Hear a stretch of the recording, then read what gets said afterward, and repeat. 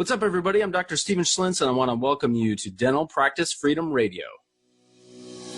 So, here's the real question. How do dentists like you, who aren't willing to let insurance dictate how you will run your practice, who want to create incredibly profitable practices without sacrificing your time or sanity, how do you create the strategies to ensure your practice not only survives, but thrives in the 21st century? That's the blaring question, and Dr. Steve Schlintz is here to provide the answers. Welcome to Dental Practice Freedom Radio.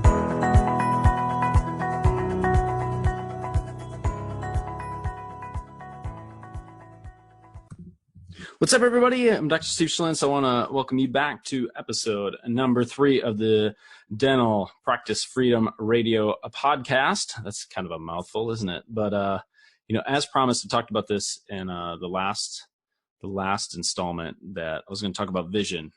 Because I think vision of the practice, vision of your life, vision of where you want to go is probably the most important thing that you can do.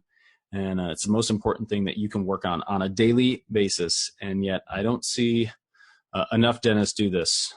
In fact, I have in my apartment, and I'll be moving to a house here in not too distant future, like next week. But I have a life script, and I read that life script every day, morning, night. And that life script is ever evolving, but it's basically the vision of where I want my life to go, where I want my practice to go, what kind of legacy do I want to leave.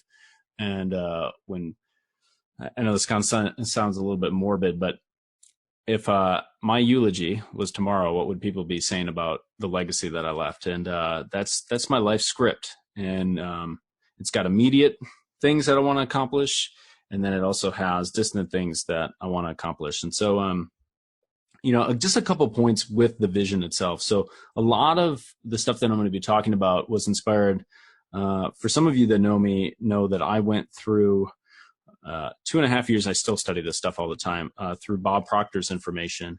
And Bob Proctor, if you don't know him, he's kind of like a sage version of Tony Robbins. He's actually in his mid-80s now, and he still lectures like he's in his 20s. It's absolutely unbelievable to listen to him. And he talks about paradigms. He talks about self-image. He talks about a lot of the things that I'm going to be mentioning on this podcast as we go forward. And Bob's thing is all about understanding why we do what we do, understanding what gets in the way of us going where we want to go, and really getting concrete on the vision of what it is we truly want.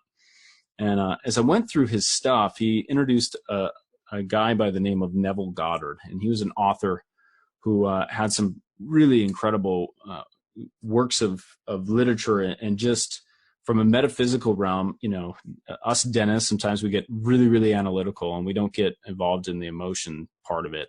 But Neville Goddard talked a lot about become emotionally involved with the vision of what we're trying to create, and put ourselves in the present as if it's already there. So what that means is when you start to think about the practice that you want to create, it's not simply enough to say, I want this in the future and we're working towards this.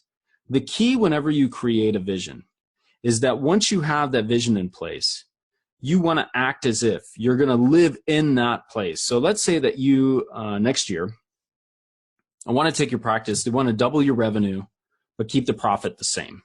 The overhead the same. I don't think just doubling revenue is a good goal, right? I mean, I could double revenue in my practice very easily. It doesn't mean a darn thing. Profit for me is the most important thing. And so let's say that you want to double your revenue, but you keep your overhead exactly the way that it is. Well, it's one thing to think about it, but that's an intellectual exercise. It's not actually going to help you get any closer to the goal. What you have to do is get emotionally involved with the goal as if it's already happened. So what you do is you start to say, okay, so if the practice revenue is doubled and my overhead is exactly the same, how many patients am I going to have?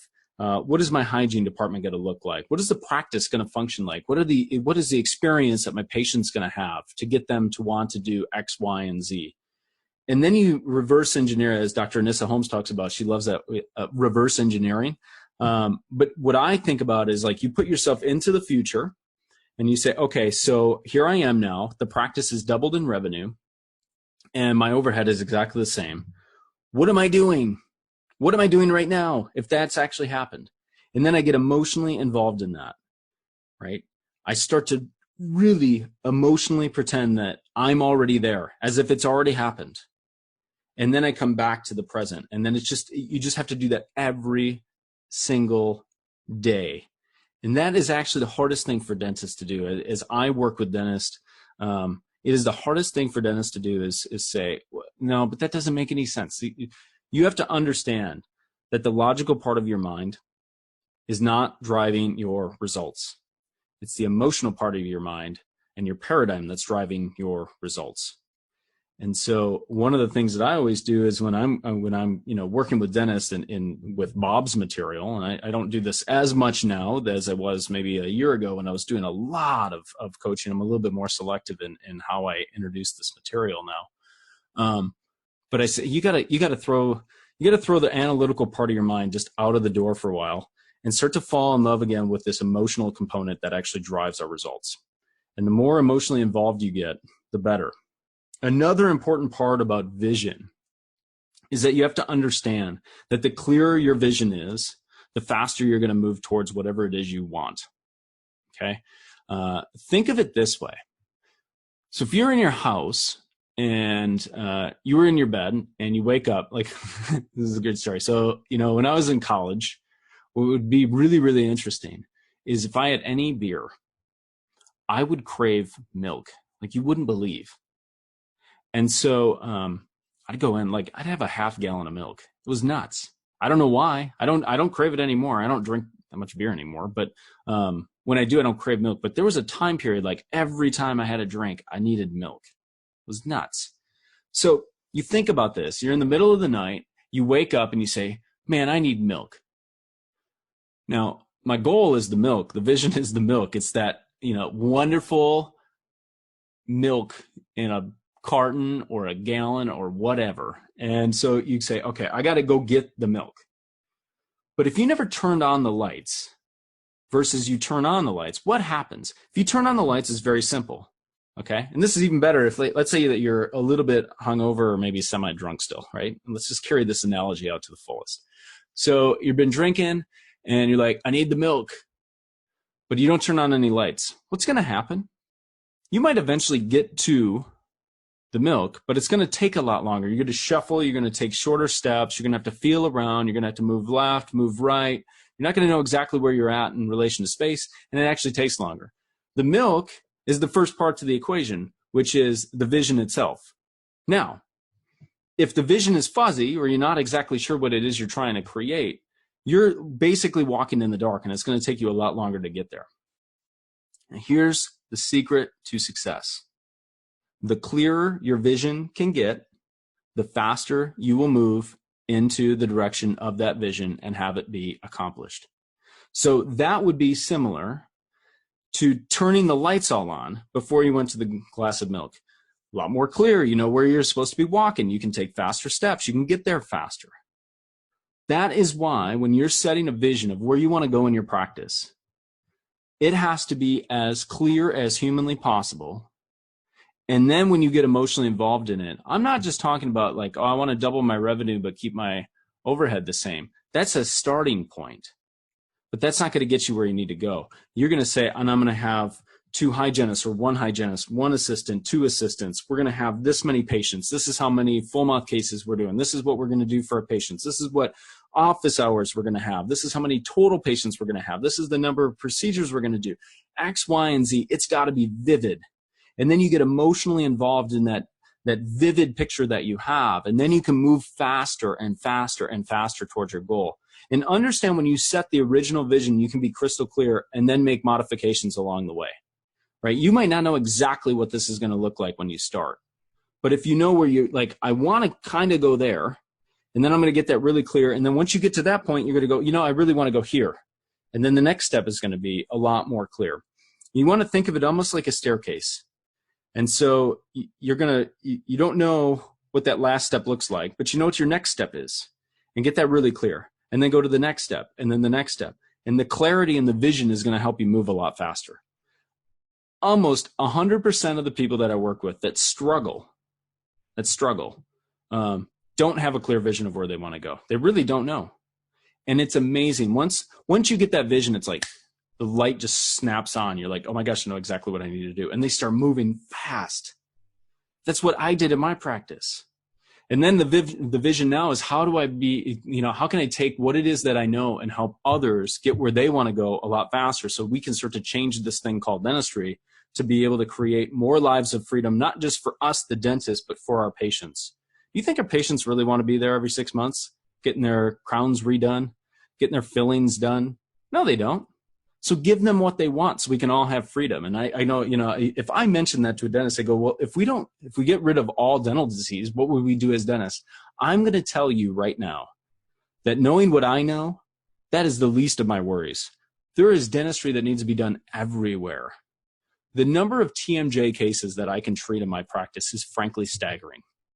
Literally 70 or 80% of the people that walk into my practice probably need some type of bite stabilization, joint stabilization, and then ultimate treatment. It's amazing how many people actually need that, right? But I could see 20 to 30 of those cases a year and I'd be maxed out. Well, my town alone has 20,000 people in it, and it's a tiny town. There's 20 dentists. So if you think about that, I would never let this idea of where you want to go be diminished by, oh, I don't know how I could do that, right? It doesn't matter how you're going to do it. The most important thing when you start is understanding what it is you're trying to accomplish, what that vision is, getting emotionally involved, and knowing beyond a shadow of a doubt that it will happen. And it's going to happen, and you're going to get emotionally involved, and you're not going to worry about the how. That's a little bit of a tidbit for you. Stop focusing on the how. The how is not important. The how is actually a form of procrastination.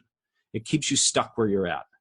So you need to find the vision. You need to fall in love with the vision. You need to know that you will accomplish the vision, and you have to start living as if the vision is already there, and you're just mentally going through this process, and it's coming to you because you're going towards it. It's going to happen. But if you get foggy on the vision and you don't believe in that, it's going to take you a lot longer. So I hope this gives you some clarity when you're starting to think about your practice and what you want to create, not just in your practice, but in your life. That the more vivid you get with your vision, the faster you're going to move. And I have never met one person that says, if I had a vision, if I could accomplish it in a year, I don't know, maybe I want to accomplish it in 10 years. It's faulty logic, right? We can move a lot faster than we currently move. We just have to be really clear on where we want to go. So, I don't know what I'm going to talk about in the next episode, but I know hopefully it'll be some good stuff for you, and I hope you get some value out of this one. And I'll see you on episode number 4. Thank you so much for listening to this episode on Dental Practice Freedom Radio with Dr. Steve Schlitz. We'll see you on the next episode.